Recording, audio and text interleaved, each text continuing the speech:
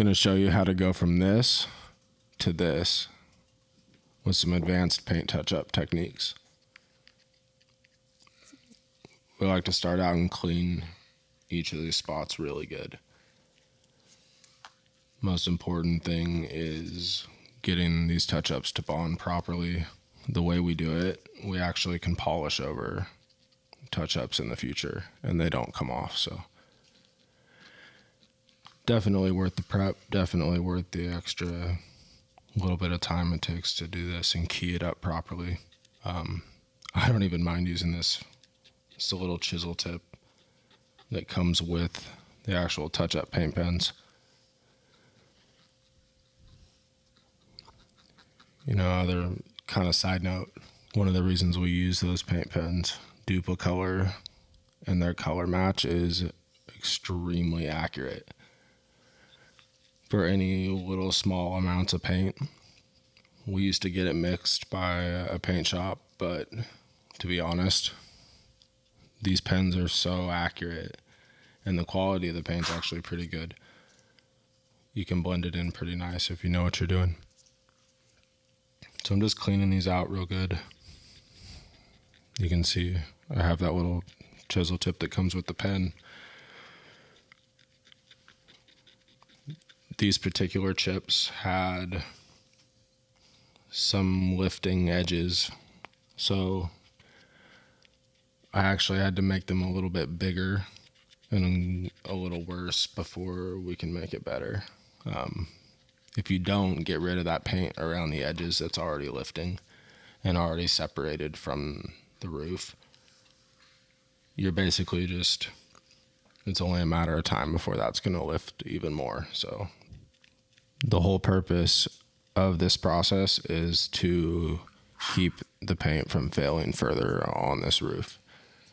The last thing the customer wants to do is have to go have it fully repainted. So this is a preventative measure, and we're preventing rust because there is metal down there too. So the more you leave those open, the longer you leave them open, especially coming into wintertime, you're just asking to have issues with further lifting and peeling around the edges of this. It's just kind of the nature of it. Water, especially driving in the rain, come in the wintertime, you end up, water works its way underneath it, forces its way up underneath and continues to work the paint loose. So you can end up with large bubbling around that could easily turn into 2, 3, 4 inches in a big bubble up underneath the paint. And before you know it, you are having to respray the whole hood. So something to keep in mind. Getting to it earlier, stopping that is pretty important.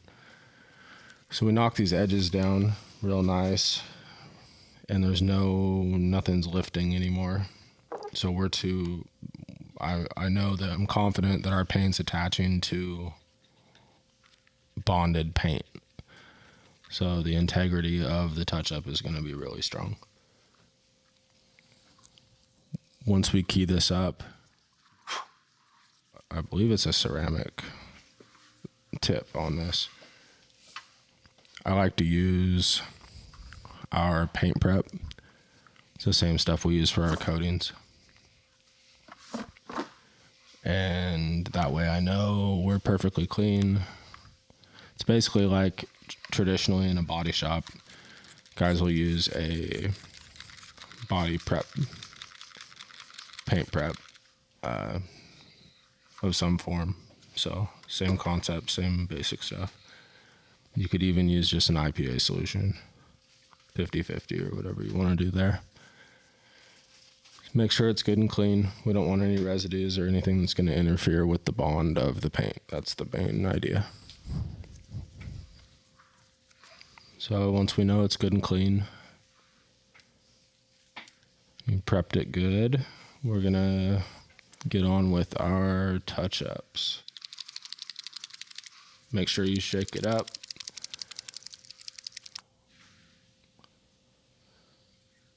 And let's apply some base color.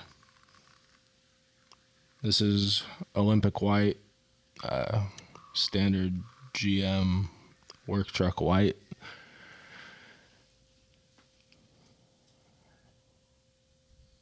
Whether it's Summit white or Olympic white, they run the same color code.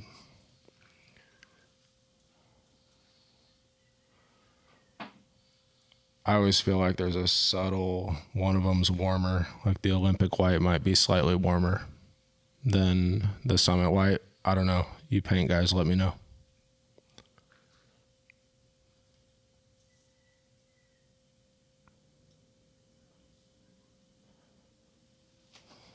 So I'm dotting that in there. We've used a lot of different little things, from toothpicks to the finest little art paintbrushes you could get. And I don't know, if you can flow it in real nice. The main thing, always remember, with any type of paint, you're not trying to get a full coverage in one coat. So I always kind of apply that same thought process to a touch-up. We end up doing a couple rounds of color to get it fully covered. Each coat will shrink a little bit down into the recess of the chip. And I like to cure it in a little bit with the heat gun in between coats as well. So you'll see that here in a little bit.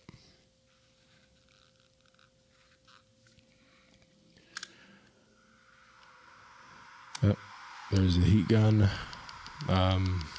Always be careful. There are rubber seals. Like there is a rubber seal right around the edge of that windshield. Don't go too hot. Somewhere between 200 and 300 degrees is probably plenty. Just keep it moving. Stay a few inches away at least, and use some common sense. You don't want anything too hot to keep your hand on for a prolonged period of time. We're not trying to melt anything. So, and then once that's cure, I do that a few times and let it cool off, and then come back in after a little time's passed, and I have a little KXK Rid Stick blocks that we like for this tiny stuff. This is 2000 grit sandpaper, dry paper, and Kovacs, and just lightly, there's no pressure at all. This is the hard block. No foam, there's no give in this. I'm just trying to shave the peaks off the touch-up just to make sure we level it back out real nice, and it's less. We don't want anything super visual. The final, it really makes a big difference on the final result. And then once we put the clear over the top, I know that there's no base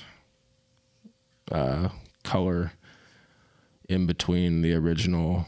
Like sometimes a tiny bit gets up and around the outside of the chip. So by doing it that way, it also knocks that down, and there's only base coat inside the actual chipped area at that point. Prep it again. I just run my towel over it, tack cloth, whatever you want to do there, and then clear coat after it's had some time to cure. Again, laying it on a little thinner. Try to flow it in if you can.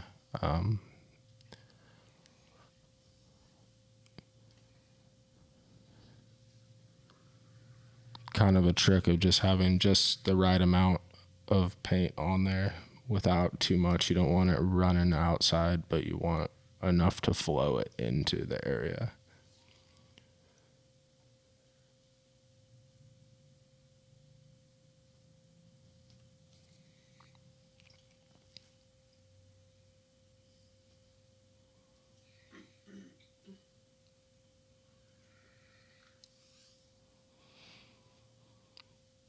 So I'm just carefully going through here and like I said, trying to just flow in it into it.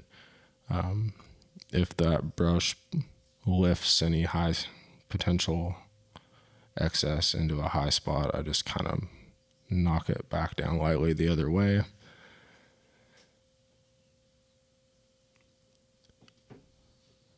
And for 95% of customers or people, the way this turns out, it's going to be more than acceptable.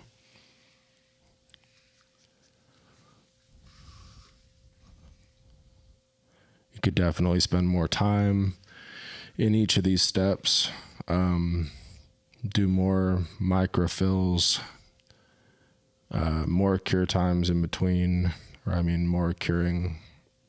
Like I said, just extra layers. Be careful not to sand too much around the actual touch-up.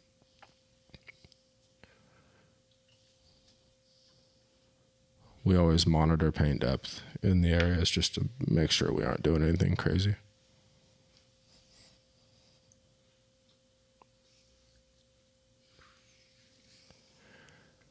That's also why I like the hard block with the non-foam interface. After that 2000 grit, we come back to the 3000. And the same thing, I really like the Trizac 3000 grit foam, the foam backed. But the issue with using that in this situation is it conforms. So it actually takes, I just want to kiss the peaks. So the firmer and more rigid and more flat that sandpaper and that block can stay, the less I'm sanding anything around the area that I'm trying to sand. I just want to sand the peaks of the touch-up.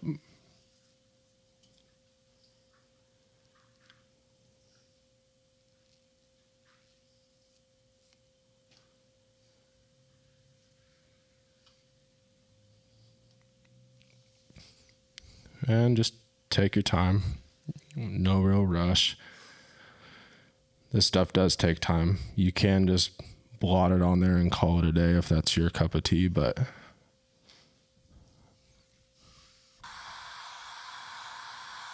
it doesn't take too much effort. Just a bit of time and a little patience to have it turn out and really not be very noticeable to anybody. If you're going to do this sanding, remember you do have sanding marks to get out after you're done. So that's something to keep in mind before you just go sanding on your hood or your roof like this. But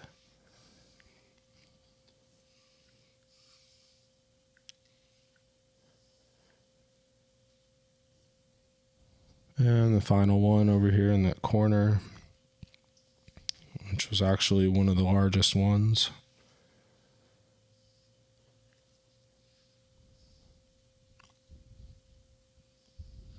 The flatter we can keep everything each step of the way, the flatter the final result comes out.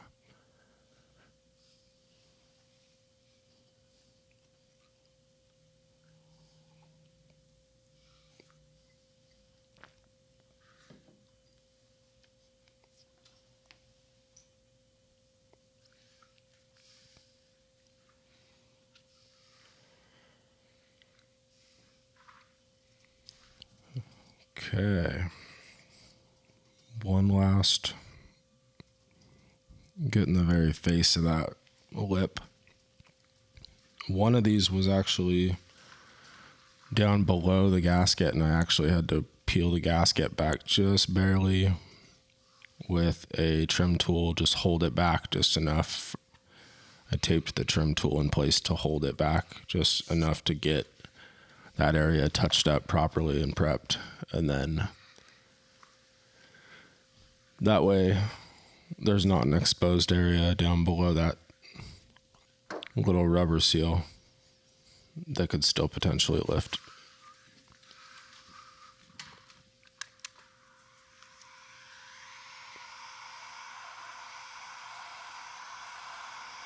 And like I said, we like to use the heat gun as we go for each layer. Come in. You don't need to get wild with it.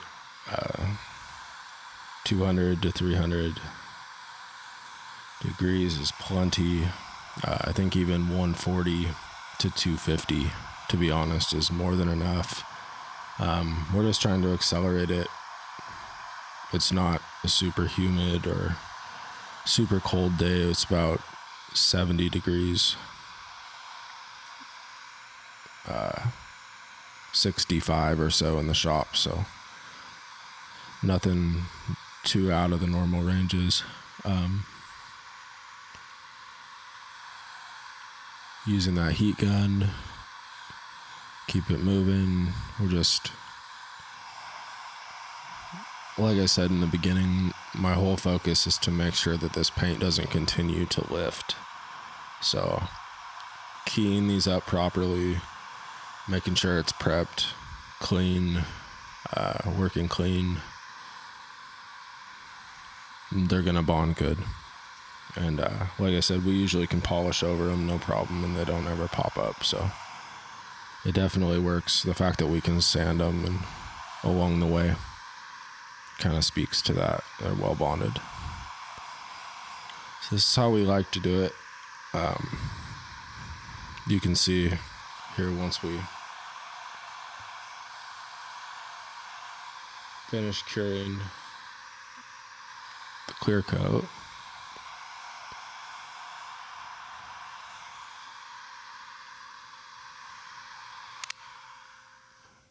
I'm going to level it off. I sand one more time and then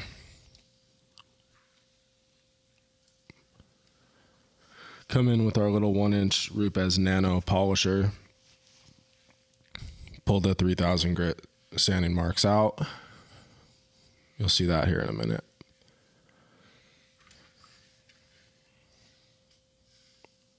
Working along the edge, it's one of my favorite little tools. Goes in rotary mode or a 3-inch sanding orbit or a 12-inch random orbit for normal polishing and correction work. So just a final coat of clear. I think I did three coats of clear on these particular touch-ups, just since they were pretty large areas that we were filling in here.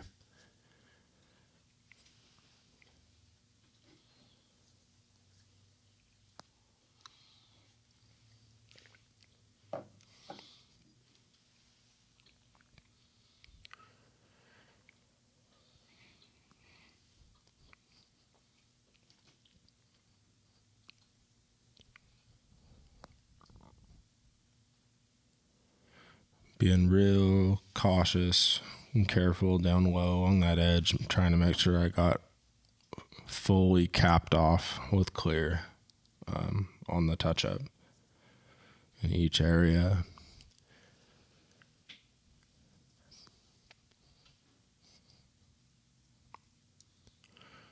You could picture it like a pothole. You just filled the center real clean like they do, but then cap it over the top a little bit bigger.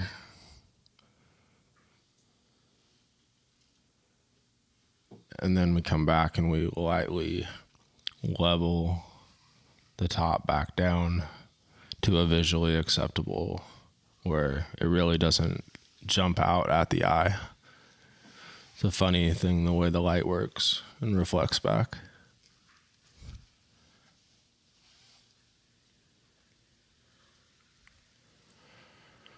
Oh, getting close here. I guess the other thing to be aware of, like I said, really, I guess the one thing I would stress is really being cautious about not sanding much outside the affected area that you really need to.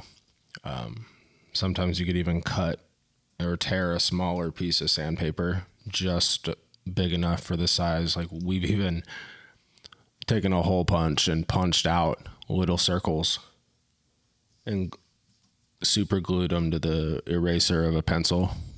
Gosh, I wish I could remember who I got that idea from. I would give him credit. That was not my original idea, but that's a good one. If you're doing real tiny detailed work, you don't want to sand good, healthy clear coat around the touch up that you're trying to fix. So just, that's really something I would stress and keep in mind. Other than that, work clean. Prep is everything when it comes to paint or coatings or PPF. If you've ever painted a fence or you've ever painted your wall in your house, or whatever it is, if you do automotive painting, you guys know prep is everything.